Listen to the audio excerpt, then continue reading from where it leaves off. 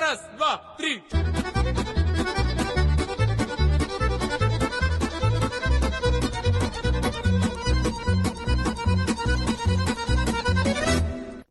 Bonjour à tous et bienvenue dans une nouvelle émission de Guerre de l'Est.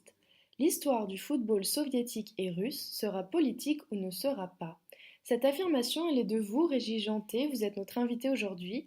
Vous avez coécrit avec Nicolas Jaillot « Football, le ballon rond de Staline à Poutine, une arme politique ». Dans cet ouvrage, sorti en librairie le 31 mai aux éditions Ayari, vous proposez de décrypter le pouvoir russe à travers le prisme du football grâce à des analyses et à de nombreuses anecdotes. Régis Janté, vous êtes journaliste, correspondant pour de nombreux médias dans le Caucase. Quant à Nicolas Jaillot, il a réalisé plusieurs documentaires dont Football, arme du KGB, diffusé sur France 5 le 27 mai. Pour commencer cette émission, intéressons-nous d'abord à l'histoire du football en Russie. Dans votre livre, vous expliquez que jamais le ballon rond n'aurait dû rebondir sur la terre russe, une terre trop immense, trop froide, trop isolée. Et pourtant, à la fin des années 1870, le football est importé en Russie par l'intermédiaire des marins britanniques. Il va très vite se démarquer du football occidental, notamment grâce aux entrepreneurs de spectacles qui le développent. Régis, quel est principalement le rôle de ces hommes et comment est-ce que l'on pourrait, selon vous, qualifier le football russe à l'aube de la révolution soviétique ? En fait, ça va plutôt être une relation d'imitation pour beaucoup. C'est après que le pouvoir soviétique va lui tenter de se séparer, de se distinguer, et ça sera un échec. Mais pour revenir au tout début de l'histoire, voilà, vous le rappelons dans ce livre, ce sont donc les marins et puis aussi les investisseurs, les industriels britanniques qui amènent le ballon rond en Russie. Et comme partout, le ballon, il rentre par les ports. Il rentre par le port de Saint-Pétersbourg. Alors les premières années, ce sont d'abord les Anglais qui jouent entre eux, au sein de leurs usines. Et puis peu à peu, certains aristocrates russes se mettent à jouer avec eux dans des clubs très british. Saint-Pétersbourg, le club de ski, et choses comme ça. En fait, on pratique pas seulement le ski, mais on fait aussi de l'athlétisme et du vélo, qui connaît un grand succès à la fin du 19e siècle, et puis d'autres sports, dont le football. Et puis peu à peu, parce que on est dans une Russie qui est la Russie qui s'industrialise. On est 15-20 ans après l'abolition de l'esclavage en 1861 en Russie. Et là, c'est une toute autre Russie qui se révèle, une Russie qui s'industrialise, qui s'urbanise, qui se modernise. Et peu à peu, on a une bourgeoisie qui apparaît aussi et qui, elle, va se mettre au football. Et puis bientôt, alors tout ça prend quelques années, mais disons qu'au tournant du XXe siècle, on a aussi le peuple qui lui, d'abord, restait autour du terrain, regardait un peu comment les bourgeois, les aristocrates et ces étrangers jouaient au football et qui va se mettre au football. Donc c'est vraiment la passion qui s'empare de l'âme des Russes, ou de l'âme russe, on pourrait presque dire, même si le pouvoir est plutôt réticent à avoir des rassemblements populaires sans encadrement de la part du pouvoir tsariste d'abord. Plus tard, on en parlera de la part du pouvoir rouge, bolchevique.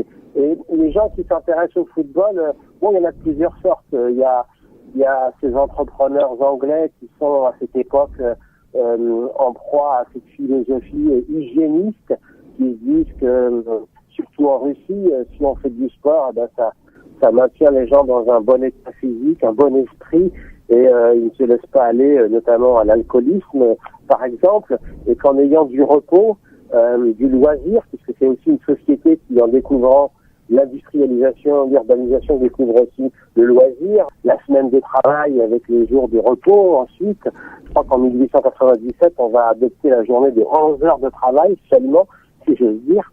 Eh bien, en découvrant ces loisirs, on découvre donc le sport moderne. Pour une part, donc, j'ai parlé de la philosophie hygiéniste. Reposons-nous bien, usons bien le loisir pour mieux pouvoir travailler. C'est un peu la mentalité. Et aussi avoir un mode de vie sain. Pour beaucoup de Russes, et notamment pour le peuple, qui va pratiquer ce qu'on a appelé le football, le diki football, le football sauvage, c'est tout simplement la passion du jeu qui s'empare d'eux. Et puis, En fait, le football va naître à l'intersection du monde bourgeois et du monde populaire, avec un certain nombre de gens qui vont effectivement devenir des entrepreneurs de spectacle, simplement par la passion de ce spectacle, et qui sont donc à l'intersection du bourgeois et du peuple, et qui vont trouver des moyens, quoi qu'il en soit, pour pouvoir faire vivre leur sport, et notamment avec la période qui s'annonce, la révolution bolchevique notamment, la guerre civile, et tout ce qui va suivre, où l'argent va devenir rare, va circuler d'une manière tout à fait différente, et où malgré tout, il va falloir trouver de l'argent et des moyens pour pouvoir faire vivre le football. Donc c'est un peu ça les débuts du football en Russie. Et justement, vous nous parliez du football, qui est donc un sport originaire d'un pays occidental bourgeois. Donc, quelle va être exactement la position des autorités soviétiques vis-à-vis de ce qui doit leur sembler être une importante ambiguïté? Comment est-ce qu'ils vont accueillir le football? Vous évoquez notamment dans votre livre la Fizkultura et la volonté de créer un Homo soviéticus. Voilà, effectivement, là, ça c'est la deuxième étape, lorsque un nouveau pouvoir, le nouveau tsar, mais rouge, si j'ose dire, arrive au pouvoir. Ils arrivent avec une idéologie très forte, avec une grande défiance et en même temps une vraie fascination à l'égard de l'Occident, du monde bourgeois, et ils reçoivent le sport moderne, et notamment le football, qui est une activité par essence bourgeoise, capitaliste. Ça va avec, ils ont bien compris que ça faisait partie intégrante du monde capitaliste et bourgeois. Alors eux vont tenter, en tout cas pendant une vingtaine d'années, de refuser ce sport. Eux, je veux dire les bolcheviks, ils vont refuser les valeurs de ce sport, notamment ce qu'ils appellent le recordman's goal, le goût du record, ou bien le champion's goal, le goût d'être le premier, d'être un champion, qui va avec aussi le héros sportif, en disant ça ne correspond pas à l'idéologie bolchevique. Nous voulons simplement un corps qu'on va dresser, puisque quand vous dites que le bolchevisme c'est un matérialisme, c'est le communisme, c'est le marxisme, donc c'est un matérialisme où on va vouloir que le corps dresse l'âme, enfin il n'y a pas d'âme en tant que telle, mais l'esprit, pour en faire un bon citoyen soviétique, pour fabriquer l'homo soviéticus, effectivement, à terme.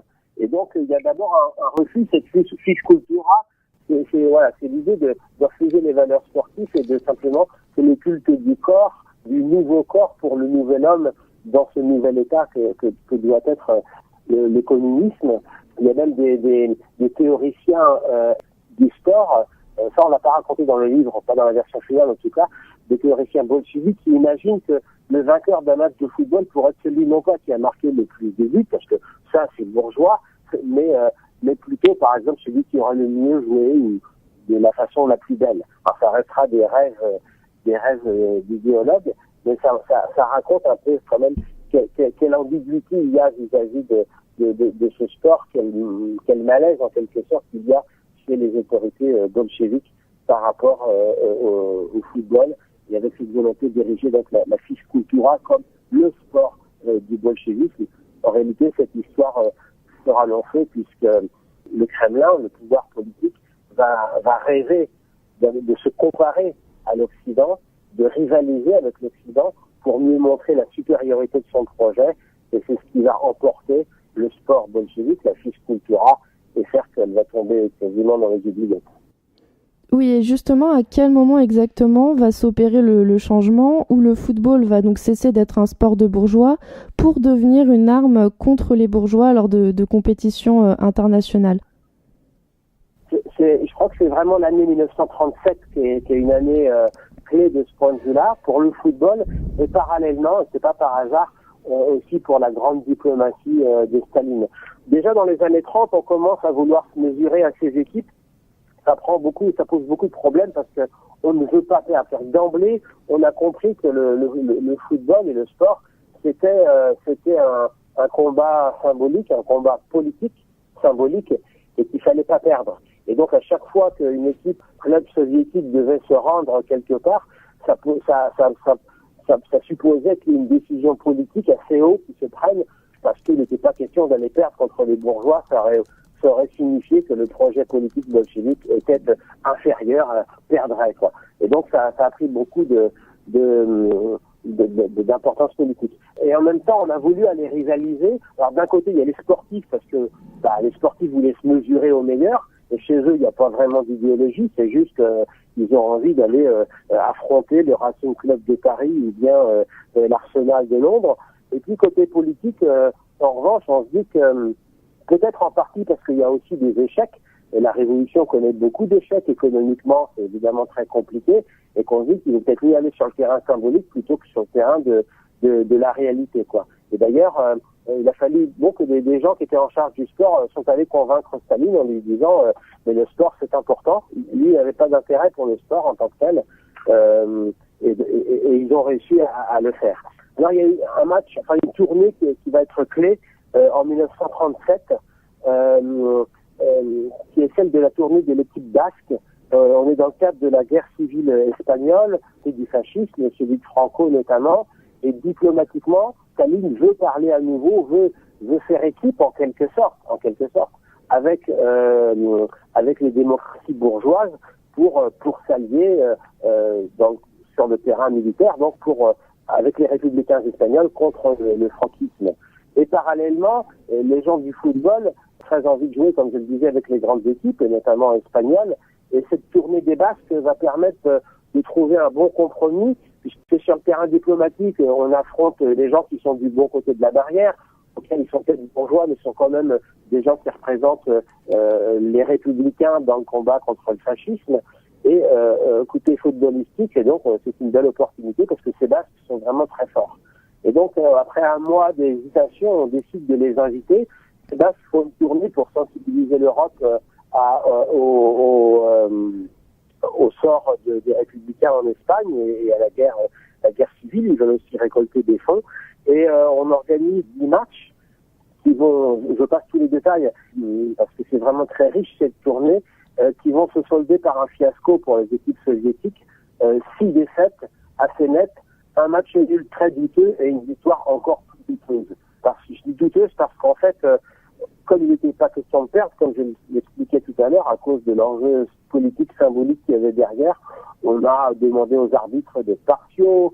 Avant certains matchs des Basques, on a essayé de les fatiguer en leur offrant des repas pantagruéliques et même des jeunes femmes qui venaient frapper à leur porte la veille du match en espérant qu'ils cèdent à la tentation et qu'ils soient fatigués le lendemain, etc., etc. Et au bout du compte tenu du fiasco, on va décider qu'il va falloir changer la méthode de jeu du football et adopter notamment cette méthode qu'on a appelée le WM, qui est la méthode de jeu qu'on considérait comme bourgeois jusqu'alors, mais qu'en fait qui est pratiquée par les meilleurs clubs d'Europe et qui va permettre en fait d'aller défier les grands clubs européens. Autrement dit, pour battre les bourgeois, il faut jouer comme les bourgeois. Et justement, cette symbolique du sport que vous évoquiez, cette politisation, peut nous amener à nous demander quelle va être la part de réalité historique et la part de propagande lorsque le pouvoir évoque notamment les matchs légendaires de la Seconde Guerre mondiale, que ce soit ceux joués lors du blocus de Leningrad ou bien, par exemple, vous en parlez dans votre livre, le match de la mort joué à Kiev. Oui, absolument. Alors, effectivement, on est dans un contexte un peu particulier qui est celui de la Deuxième Guerre mondiale, mais c'est assez important. Première chose, c'est le sport est tellement important que les grands sportifs, pas seulement les footballeurs, vont même finalement ne pas aller sur le front. On les retient à l'arrière, donc, parce que c'est très important pour le moral des troupes, pour le moral de la population. Ça, c'est quand même bien pour voir l'enjeu et quelle place on assigne au sport à l'époque. Alors effectivement, sur un certain nombre de lieux très très importants de cette guerre, on va mobiliser le football aussi, comme on a peut-être mobilisé la culture et d'autres éléments. Alors dans ce contexte, sur plusieurs terrains, on va avoir effectivement le sport qui est mobilisé dans la propagande de guerre. Je pense effectivement, comme vous le soulignez, au blocus de Leningrad, où un terrible blocus de 900 jours, où 1,8 million, semble-t-il, de Léningradois vont mourir, beaucoup de faim.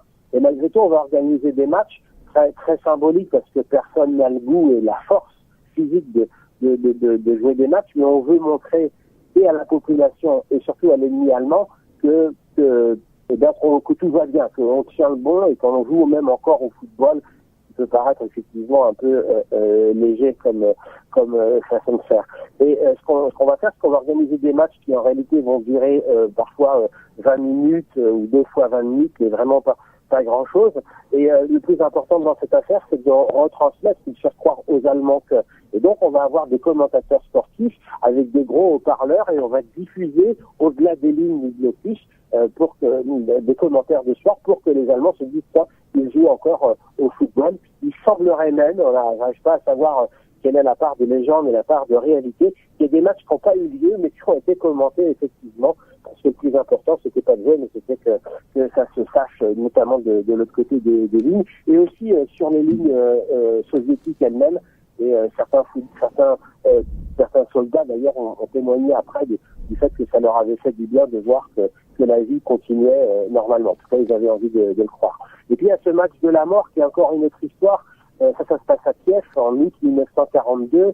C'est un peu propagande contre propagande puisque les Allemands eux-mêmes utilisent le sport comme un outil de propagande. Par exemple, lorsqu'ils ont repris une ville pour en fêter sa libération, enfin ce qu'ils considèrent comme tel. Et il y a un championnat qui est organisé, 6 équipes, dont 2 de Kiev, la capitale alors de l'Ukraine, reprises par les Allemands, et puis 4 équipes des forces d'occupation, dont une de la Luftwaffe, et puis d'autres des Roumains, des Hongrois, etc. Et un match a lieu donc en 1942 entre le FC Start, une équipe de Kiev, d'anciens joueurs du Dynamo de Kiev notamment, et puis l'équipe de la Luftwaffe. En réalité, le match se passe à peu près bien. Les Ukrainiens gagnent 5-3 et personne, on fait une photo à la fin du match et tout le monde est plus ou moins heureux. Dans les semaines et mois qui vont suivre, un certain nombre de joueurs ukrainiens vont être fusillés, mais pour des raisons qui n'ont rien à voir avec le match. Cependant, lorsque les soviétiques vont reprendre la ville au départ et qui vont apprendre cette histoire, le premier effet c'est de se dire bon, on va fusiller toute cette équipe parce que franchement ce sont des collabos. Et puis certains vont en faire un outil de propagande et vont inventer une légende totalement, mais qui a la vie dure puisqu'on la croit jusqu'à aujourd'hui. Et dans un tas de livres, vous allez pouvoir voir cette légende qui est considérée prise comme la vérité, où un officier allemand serait rentré dans le vestiaire à la mi-temps, serait allé voir les Ukrainiens en disant si vous gagnez ce match, vous gagnez 3-1 à la mi-temps, je crois, eh bien nous allons tous vous fusiller. Et eux, bons héros, bons citoyens soviétiques, auraient décidé de jouer et de gagner le match, et ils auraient été fusillés. Et donc, bon, ça c'est la légende qui va être véhiculée notamment par un film, c'est le Trinity Time, la 3e mi-temps, vu par une trentaine de millions de téléspectateurs soviétiques à l'époque, où on va forger cette légende. Il y aura même des commémorations dans les années 50-60, où évidemment les joueurs rescapés ne seront pas invités puisqu'ils sont censés être morts, évidemment. Dans votre ouvrage, vous vous intéressez également aux républiques de l'Union soviétique et vous expliquez que la Géorgie va se doter de clubs de football dans le but de mettre en avant une identité nationale. Cette identité nationale va s'opposer à la politique de Staline qui consistait à éradiquer ce que l'on appelle les chauvinismes locaux. Quel va être justement le rôle du football dans les relations entre Moscou et les républiques soviétiques ? Effectivement, ça va être quelque chose d'important. On sait que le pouvoir soviétique voulait dépasser le nationalisme, le chauvinisme locaux, et en même temps lui-même comprend que c'est pas possible. Et le pouvoir soviétique lui-même va d'abord forger ses identités avec l'idée de mieux les dépasser, mais en fait c'est le contraire qui va se passer. C'est le nationalisme qui va dépasser le soviétisme, comme on le fait notamment après 1991. Donc effectivement, chacun monte son équipe dans le cadre de l'URSS, mais avec cette idée qu'on sera le meilleur de l'URSS. Et c'est effectivement une manière d'affirmer son identité nationale, sa fierté. Donc c'est une forme de patriotisme, voire de nationalisme, on pourrait dire, y compris encouragé par des gens aussi importants que Beria, donc pour les Dynamo de Tbilissi. Il crée l'équipe où lui, ou en tout cas des gens proches de lui, dès 1925, et va en faire une sorte d'équipe porte-drapeau de la Géorgie qui va aller briller dans le championnat soviétique. Championnat qui est créé en 1936, le championnat soviétique, avec cette idée au départ de pouvoir avoir des équipes qui soient fortes, qui se rencontrent tous les samedis, les meilleures d'entre elles, pour mieux rivaliser à l'étranger, pour le coup. Alors Tbilissi a son équipe. On va même forger un style de jeu très très propre à la Géorgie, plus du sud. Hein. La Géorgie, c'est dans le Caucase, plus artistique, plus improvisé, qui sera une manière aussi de mieux se démarquer, de mieux dire moi, je ne suis pas, on ne joue pas comme les gens disciplinés du Dynamo de Moscou, par exemple. Nous avons notre propre style de jeu, ce qui fait très peu. D'ailleurs, les Géorgiens, par exemple, vont se faire surnommer les grands Uruguayens, parce que les Uruguayens sont un peu les Brésiliens de l'époque, en quelque sorte. C'est la référence dont on est fier en Géorgie. Et, effectivement, ça participe de ce nationalisme. Encore une fois, il ne faut pas le voir comme étant quelque chose, une revendication de type séparatisme, nous voulons notre indépendance. Ça va venir tout à la fin de l'histoire soviétique, mais ça va jouer un rôle très important. Et pour les populations aussi, j'ai rencontré dans le cadre de ce livre et pour le documentaire, film et documentaire que nous avons fait, un vieux spectateur de BBC, Gorom Tseladze, qui a vu son premier match en 1940 et qui nous disait que lui, voilà, chaque samedi, lorsqu'il allait voir le Dynamo de Tbilissi, ce qui l'intéressait, c'était de voir son équipe triompher contre les autres. C'était une manière de dire je suis géorgien, mais puisque politiquement on pouvait pas le dire, parce que ça c'était le goulag assuré, on le disait à travers le superstariat, et il sera toujours d'ailleurs pour d'autres raisons, pas forcément ethniques ou identitaires, parce que c'est social, être supporter de tel ou tel club dans l'URSS, ça a toujours été un moyen d'exprimer, sans les exprimer officiellement, ses opinions politiques. Et les grands hommes politiques ou les grands leaders russes vont le comprendre, à commencer par Beria, le bras droit de Staline, qui était un Géorgien qui, je crois, a été plus nationaliste que bolchevique en réalité, contrairement à ce qu'on croit, et qui dit donc ça a été le sponsor du Dynamo de Tbilissi dès le début. Et en 1935, il va faire construire un grand stade de 35 000 places à Tbilissi, et qui sera baptisé en 1937 le stade Lavrenti Beria. Donc chaque samedi, vous aviez 35 000 Géorgiens qui allaient dans le stade Beria soutenir l'équipe, avec leur chauvinisme, l'équipe géorgienne. Et donc, on le rappelle, en 1991, on assiste à la chute de l'Union soviétique et à la fin du monde bipolaire. Justement, quelles ont été les principales conséquences de la dislocation de l'URSS pour le football russe et dans les anciennes républiques soviétiques que nous avons pu évoquer, comme la Géorgie par exemple? Oui, bonne question en effet. Ça va être des paradoxes. Pour prendre l'exemple de la Géorgie, puisqu'on vient d'en parler, à la fois, alors c'est la première fédération qui va se séparer de la fédération soviétique de football, donc le séparatisme footballistique va même précéder le séparatisme politique, mais il marche de pair, et la Géorgie est pionnière, si j'ose dire, dans ces domaines. Et même les gens qui vont être les grands footballeurs de l'époque ou les grands commentateurs de football de côté Mahaladze, à la fois sont des gens qui vont soutenir l'indépendance politique du pays, et en même temps qui comprennent que s'il y a une indépendance footballistique, le football géorgien est mort, parce que le pays est trop petit, il n'a pas les moyens de développer un grand football. Donc certains pourront être politiquement pour une forme d'indépendance, mais pour rester en revanche footballistiquement dans un championnat de grande ampleur pour maintenir le niveau. C'est un paradoxe comme ça où pour pouvoir mieux défendre sa patrie, il faut d'une certaine manière refuser le séparatisme footballistique. C'est ce qui ne va pas se faire, et c'est un football qui va s'effondrer ensuite, comme la plupart des footballs post-soviétiques, à part l'ukrainien qui va quand même survivre un peu parce que le pays est plus grand, et le Dynamo de Kiev avait une grande histoire, notamment à l'époque soviétique. Ce que j'ai pas précisé tout à l'heure, mais ça vient dans le même cadre, faut voir que le pouvoir à Moscou était avant, en 91, pendant toute l'époque soviétique, a été très, très défiant à l'égard du football dans les républiques, et c'est pour ça que les 22 premiers championnats, entre 1936 et 1961, ont été remportés par des clubs moscovites, parce qu'on ne voulait pas laisser les républiques être trop fiers de leur équipe. Et puis en 61, c'est Kiev qui l'emporte, ici, qui remporte le championnat soviétique.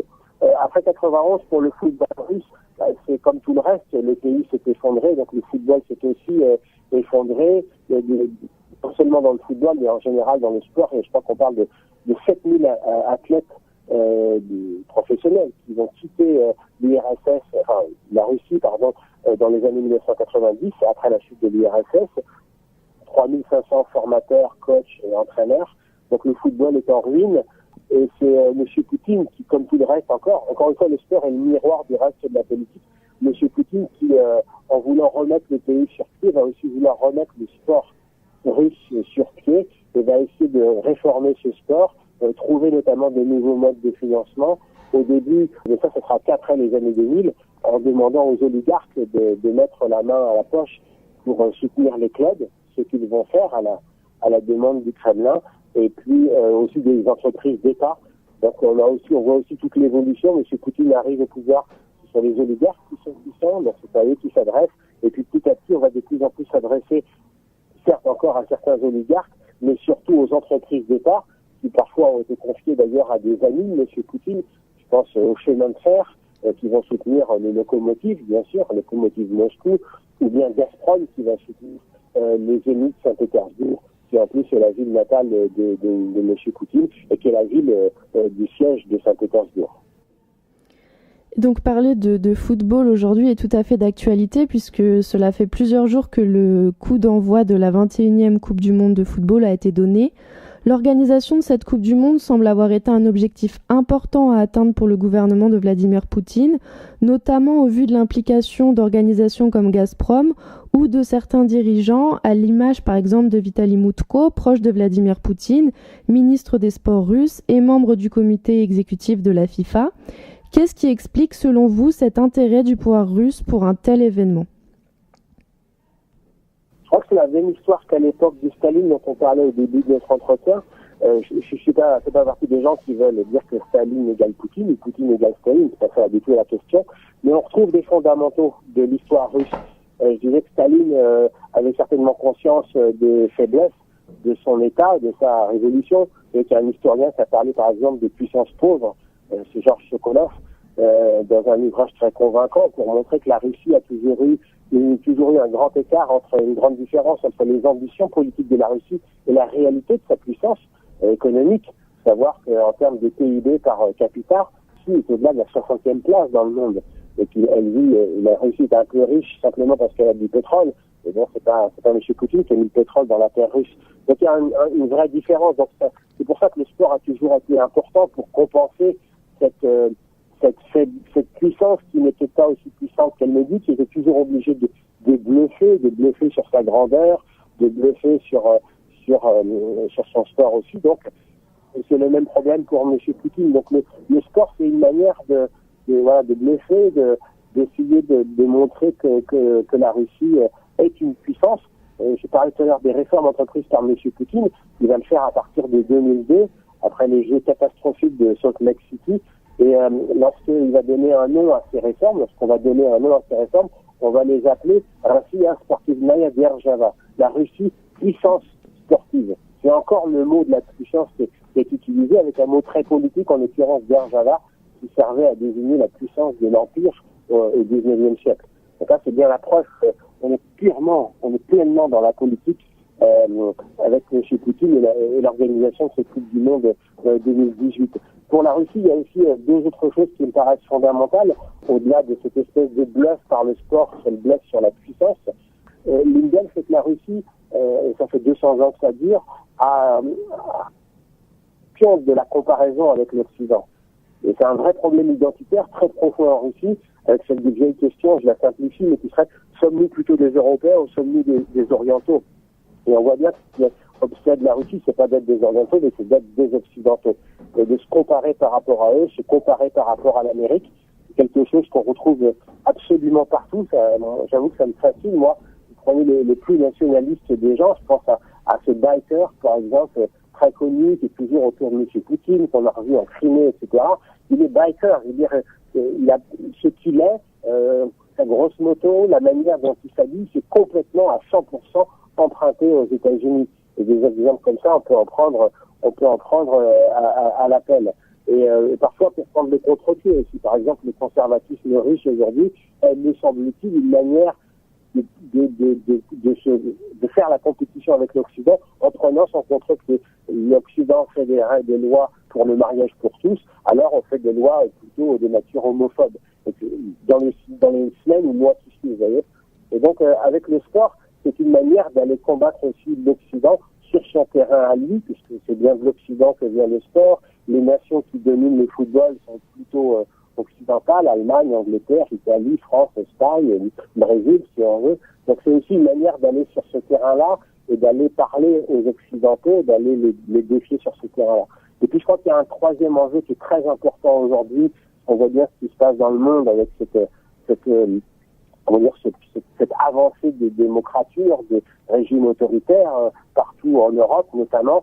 Et c'est aussi une manière pour la Russie de dire tout le monde vient en Russie, nous accueillons la Coupe du Monde, ça veut bien dire que nous sommes respectables, et donc venir jouer en Russie, eh bien c'est la preuve que la Russie est un pays comme un autre, et que donc ce régime est acceptable. C'est de la psychologie politique, si vous voulez, et un élément, une preuve, si je veux dire, de cela, c'est par exemple le fait que l'équipe d'Égypte ait pris son terrain de base, et ça a été négocié politiquement, évidemment, son terrain de base en Tchétchénie. Il faut savoir que la Tchétchénie a connu 2 guerres qui ont probablement tué autour de 15-20% de la population tchétchène après la chute de l'URSS, que M. Poutine arrive au pouvoir pour régler la question tchétchène en 2000, en 99-2000, et qui va tout de suite salir sa réputation internationale en apparaissant comme un président sanguinaire, etc. Il passe son temps à vouloir se racheter, si je veux dire, racheter son image à ce sujet, et c'est pour ça, je crois, qu'on retrouve de la photo de Kadyrov, le leader tchétchène, absolument tyrannique, violant tous les droits de l'homme. C'est sa photo avec Mohamed Salah, c'est aussi une manière de flatter le monde musulman, le monde global musulman. Il faut aussi se souvenir que les Jeux Olympiques d'hiver de 2014 se sont aussi passés au Caucase, donc cette région pose beaucoup de problèmes pour l'image globale de M. Poutine. C'est bien là qu'on avait organisé ces Jeux et dont on a voulu utiliser aussi pour redorer l'image, pour rendre une image d'acceptabilité de la nature du régime de M. Poutine. C'est une manière en quelque sorte, d'utiliser aussi la symbolique du sport pour rendre acceptable son propre régime. C'est un vrai enjeu extrêmement important. Et un autre défi pour Vladimir Poutine va être celui de la gestion des hooligans, surtout après les incidents qui ont eu lieu, on s'en souvient, à Marseille lors de l'Euro 2016. Est-ce que ces hooligans sont semblables aux ultra-occidentaux et quelle va être la politique du gouvernement russe face à ces incidents ? Oui, effectivement, je parlais de la fascination russe pour l'Occident, ça m'est un autre exemple, et les hooligans que j'ai rencontrés pour écrire notre livre, la football, une arme politique de Staline à Poutine, me racontaient comment ils ont commencé, comment au début des années 90 ils découvrent ce phénomène, s'habillent à l'anglaise, écoutent les groupes de rock, les Who, etc. Bref, on est encore dans cette fascination de l'Occident, et avec un mode de fonctionnement qui est très proche.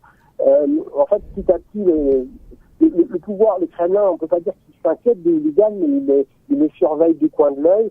Et la politique consiste, je crois, depuis le début, à essayer de non pas de les étouffer, mais de les prendre sous l'aile du Kremlin. C'est dans la tradition hooligan, en Angleterre notamment, ce sont des gens qui sont très politisés et en même temps qui sont défiants à l'égard du pouvoir, qui gardent leur distance avec les pouvoirs institués.